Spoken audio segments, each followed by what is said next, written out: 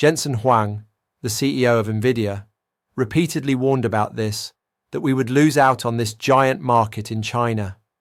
The market in China is one of the largest markets in the entire world for AI chips, estimated to be now $40 to $50 billion per year, and is estimated to be $300 to $350 billion a year by 2030 to 2035.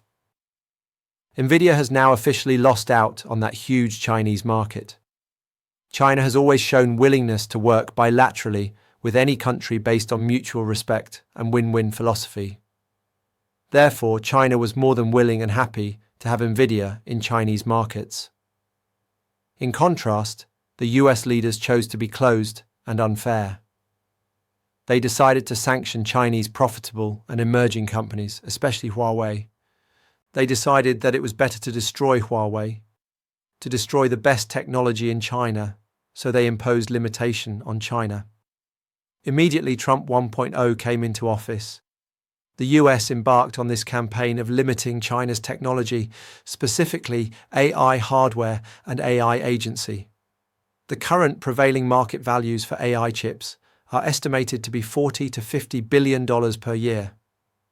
By 2030 to 2035, the expected market values for AI chips are between $300 to $350 billion per year.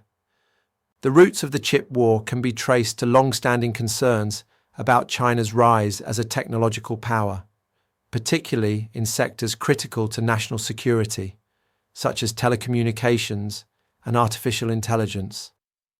The US initiated the chip war by placing Huawei on the Entity List in May 2019 during the Trump 1.0 administration and was part of a broader strategy to counter China's growing influence in technology. The listing effectively restricted Huawei from accessing US technology and components. The actions against Huawei were part of a larger trade dispute between the US and China, which included tariffs on various goods. The US aimed to reduce its trade deficit with China and address issues related to intellectual property theft and technological competition. Additional US measures, including export restrictions on semiconductor technologies to China, were implemented. These measures aim to limit China's ability to develop advanced technologies that could pose competition to US firms. The US strategy reflected a growing consensus among US policymakers that China posed a significant and systemic challenge to US interests, leading to a more aggressive approach to technological containment.